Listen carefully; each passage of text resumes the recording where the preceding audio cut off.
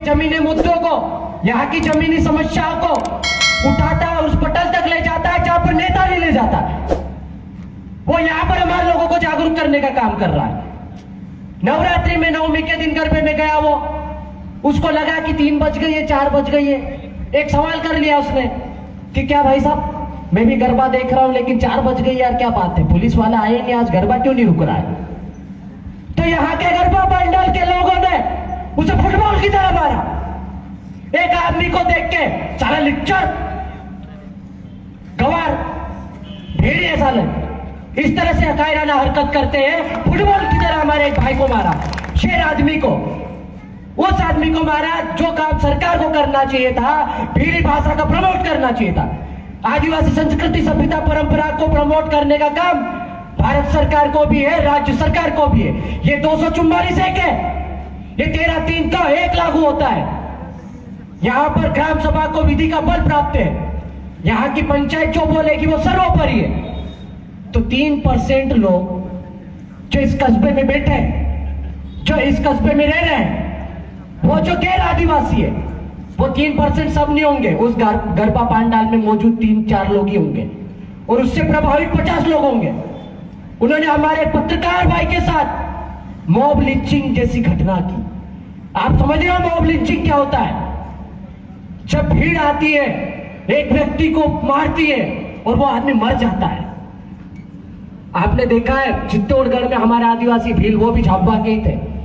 2 भाइयों के साथ में ऐसी मारपीट की थी, जिन्होंने गाय और बैल के बीच में फर्क नहीं मालूम, उन्होंने बैल को लाने वाला हमारा आदिवासी भील भाई को मारा। एक की मृत्यु हो गई, एक आज भी अस्पताल में भर्ती है। नीमच में भी ऐसी घटना हुई, सरेआम हमारे आदिवासी भील भाई को पकड़ के घसीट के पिकअप में बांध के घसीटा जाता है, 500 मीटर घसीटता जाता है। लोग वीडियो बना के उसको एंजॉय करते हैं, पुलिस प्रशासन सोता रहता है। खरगोन में पुलिस कस्टडी में हमारे आदिवासी समाज के एक युवक को बेदर्दी से, बेरहमी से इस तरह से मारा जाता है कि उसकी चमड़ी यहां से यहां पूरी छिल जाती है, उसका कुत्ता कट जाता है। साला 3rd डिग्री टॉर्चर में भी ऐसी सजा का प्रावधान नहीं है। जितना शोषण, जितना अत्याचार, जितनी मारपीट हमारे समाज के लोगों के साथ ये लोग कर रहे हैं ना, वो सही कह रहा हूं मैं, नर्क में भी हमने सुना है, स्वर्ग नर्क क्या होता पता नहीं, लेकिन वहां पर भी ऐसी सजा यातना नहीं होती। ये तालिबानी से भी बदतर लोग हैं। देश में देशद्रोही का जो कानून लागू किया गया था वो इन गद्दारों के लिए था, लेकिन एक चूतिया आदमी बोलता है, बोले कि जयस नक्सली, जयस विदेशी फंडिंग से आता है कि क्या होता, फलाना ढिंका होता है, ये देशद्रोही है। अरे भाई, सरकार तुम्हारी, एजेंसियां तुम्हारे हाथ में, ये IBCID भैया कितने कैमरे, थोड़ा अच्छे से दिखा देना। ये नितेश भाई बोल रहा है, दिल खोल के बोल रहा है, अभी मेरे पास खोने के लिए कुछ बचा नहीं। मेरे को जितना खोना था मैंने खो दिया, कुछ नहीं बचा, जान बची हो वो लेना तो ले लेना। तो तुम्हारे पास एजेंसियां है, हमारा एक अकाउंट यहां से भी सब सार्वजनिक करके बता दो, किसके अकाउंट में अमेरिका से पैसा आया। अरे जॉर्ज बाइडेन से मिलने तुम जाते हो, चाइना तुम जाते हो, पाकिस्तान में बिरयानी खाने तुम जाते हो, हम जाते हैं क्या? हमारे लोग बड़ी बड़ी मुश्किल से 5-5, 10-10 रुपए इकट्ठा करके यहाँ तक आते हैं और हमारे समाज के खिलाफ हो रहे हैं अत्याचार, शोषण के खिलाफ अपनी आवाज बुलंद करते हैं। एक FIR आई है मेरे पास मेघनगर की। मेघनगर में एक FIR कराने के लिए हमारे लोग गए। रतन सिंह भूलिया भील, हमारा आदिवासी भाई, उसको मनोज प्रजापत और उसके साथी 4 जो प्रजापति समाज के, कुमार समाज के, हांडे पीटने से फुर्सत नहीं, साला हमारे आदमी को मार रहे हैं। हमारी 2 बहनों के साथ में शोषण किया उन्होंने, उनका शोषण किया। जब वो बाप गया अपनी बेटी की मजदूरी के पैसे लेने के लिए, तो उसको बेरहमी से मारा। हमने वहां के DI को फोन लगाया कि भैया हमारा आदिवासी भाई है, आप एट्रोसिटीज एक्ट लगा दीजिए। तो बोले मैं दिखवाता हूं। मैं आपसे पूछना चाहता हूं, क्या पूरा पुलिस प्रशासन खड़ा है, जिला प्रशासन के भी खुफिया एजेंसी वाले और जिम्मेदार लोग खड़े होंगे। एक गैर आदिवासी आदमी जब सरेआम किसी आदिवासी व्यक्ति को ये जानते हुए कि ये आदिवासी है, ये भील है, ये भूरिया है, उसको सरेआम झापट मारता है, जूते से मारता है, चप्पल से मारता है, उसको घसीटता है, उसको नीचे दिखाने की कोशिश करता है। तो आप ध्यान से पढ़ लेना, अनुसूचित जाति अनुसूचित जनजाति अत्याचार निवारण अधिनियम 1989 धारा 3 और पैरा 1 से लेकर 10 तक गिन लो, सब में ये सारी चीजें आ जाएगी। तो आपने पढ़ाई की कि नहीं की? इसीलिए गैर आदिवासी लोग बोलते कि आदिवासियों का आरक्षण मत दो। आप लोग तत्काल एफआईआर नहीं करते। आज हमारे मुकेश भाई परमार के साथ में सार्वजनिक मारपीट हुई, आपको तत्काल एफआईआर करके उसको अंदर डालना था। उसने एक पत्रकार के साथ, लोकतंत्र के चौथे स्तंभ के साथ मारपीट ही नहीं, मारने की कोशिश की है, जान से मारने की कोशिश की है। 307 आईपीसी की धारा 307 उस पर लगनी चाहिए थी और मर जाता तो 302 भी लगानी पड़ती आपको। 157 आपने बिना परमिशन के लोगों को इकट्ठा भी किया, मॉब लिंचिंग की, मारा। 199 क्या कर रहे हो आप? 323-34 लगा के फ्री कर रहे हो आदमी को। जो आरोपी था, जो दोषी था, वो सरेआम घूम रहा है और आपकी इसी कायराना हरकत की वजह से हमारे इतने लोगों को यहाँ आना पड़ रहा है। क्या जरूरत है हमको 200, 300, 500 किलोमीटर, 50 किलोमीटर से यहाँ के हमारे हक आवाज, ये हमारे आवाज को बुलंद करने का? आपकी नाकामी है इस प्रशासन की, और आप किसके डर से ये नौकरी कर रहे हो मुझे समझ में नहीं आ रहा है। हम तो इस्तीफा जेब में लेके घूम रहे आजकल, वो भी नहीं ले रहे सरकार वाले। जितना डरोगे उतना डराया जाएगा, जितना सहोगे उतना सहना पड़ेगा। टंटा भील को याद करो, बिरसा मुंडा को याद करो, ख्वाजा नायक को याद करो, और नहीं तो ज्यादा दूर नहीं, ये हमारे शहीद चंद्रशेखर आजाद को याद कर लो। अरे 25-30 साल की उम्र में हमारे जवानों ने शहीद हो गए यार, चमड़िया उधर वाली, लेकिन वो नहीं डरे। तुम्हारे काले ये जो गोरे अंग्रेज थे उनसे लड़े हो, तो बंदूकों का मुकाबला तीर कमान से किया उनने, और उनके वंशज ये देखो भूखे प्यासे अभी बैठे हैं इस धरती पे, उबलती तपती धरती पे बैठे हैं। और ये ऐसा कोई नहीं कर सकता, सिर्फ आदिवासी डीएनए आदिवासी खून ही कर सकता है, गैर आदिवासियों को संक्रमित आदमी नहीं कर सकता है। और यहाँ के जो लोगों ने इस तरह की घटना की, घटना को अंजाम दिया है, वारदात को अंजाम दिया है, मैं इस मंच के माध्यम से खुली चुनौती दे रहा हूं, और मध्य प्रदेश सरकार भी इस चीज को अच्छे से रिकॉर्ड करके रख ले। आप भले हमारा इस्तीफा ना लो, लेकिन हम इतने लड़कों को खड़ा कर देंगे कि बिना इस्तीफा के आपकी सरकार को जोबड़ में भी गिरा देंगे और मध्य प्रदेश में भी गिरा देंगे। आप मजबूर कर रहे हो हमको बार बार, आप मजबूर कर रहे हो हमको बार बार लिखने और बोलने पे।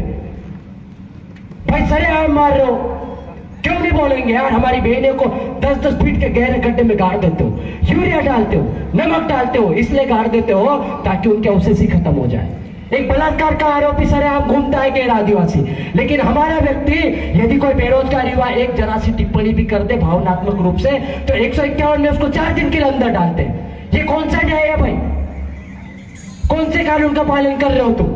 और यही सवाल पूछता आज का युवा। तुम ये आवाज को दबा नहीं सकते, और जितना दबाओगे, मैं पहले भी बोल चुका हूं, लिख चुका हूं, न्यूटन के नियम को पढ़ने की जरूरत है शासन प्रशासन को।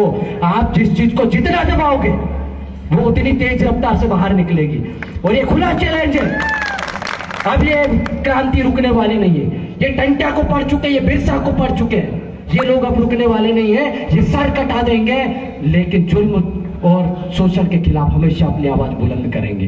तो हम यहाँ भाषण देने नहीं आए, हमारे कुछ साथियों ने बोला भी है, बातें बहुत सारी है, लेकिन शासन प्रशासन यदि अपनी जिम्मेदारी का ईमानदारी से निर्वहन कर लेगा, तो मुझे ऐसा लगता है कि आपको भी कल कोई डंडे मारेगा ना, तो हमारे जैसे लोगों को आने की जरूरत नहीं पड़ेगी। आप खुद सक्षम हो जाओगे।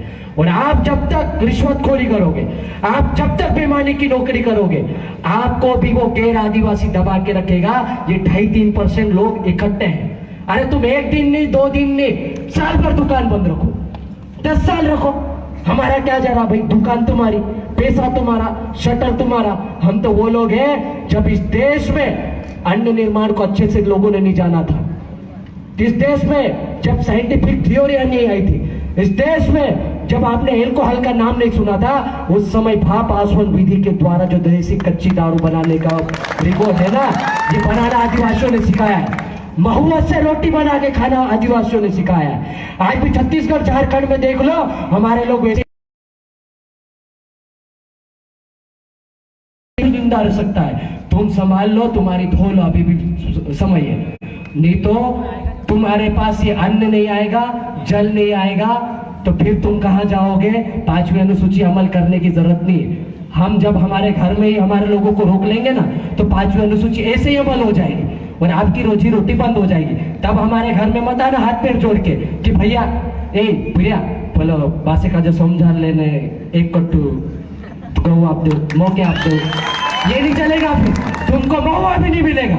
गेहूं चावल तो बहुत दूर की बात है, इसलिए मजबूर ना करें। बस ये मैसेज था, अगली बार से ऐसी कोई गलती होगी तो हम लोग ये कहने नहीं आए, बता भी सकते हैं। हम लोग सिर्फ प्रदर्शन करना हमारा उद्देश्य नहीं होता है, हम आगाह करने के लिए आते हैं कि भविष्य में ऐसी घटनाएं ना हो, भविष्य में ऐसी गलती कोई आदमी ना करे, ताकि हमारे आदिवासियों के खिलाफ इस तरह की घटना हमारे संज्ञान में आए। बस यही मैसेज था। बाकी आप सभी साथी खड़े रहे, हम लोग शासन प्रशासन से बात करेंगे, उन्होंने कौन कौन सी कार्रवाई करी, यदि वो जो दोषी है वो अभी तक अंदर नहीं है तो क्यों नहीं है, किनका संरक्षण प्राप्त है और क्यों नहीं आने दे रहे हैं, उन पे सब पे चर्चा होगी।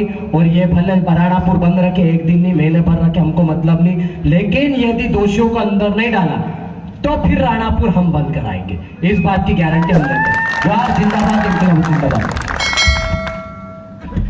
धन्यवाद जौहर दादा। अगली कड़ी में जैस मध्य प्रदेश प्रभारी भाई मुकेश रावत जी आए और अपनी बात रखे। मुकेश रावत जी। आदिवासी से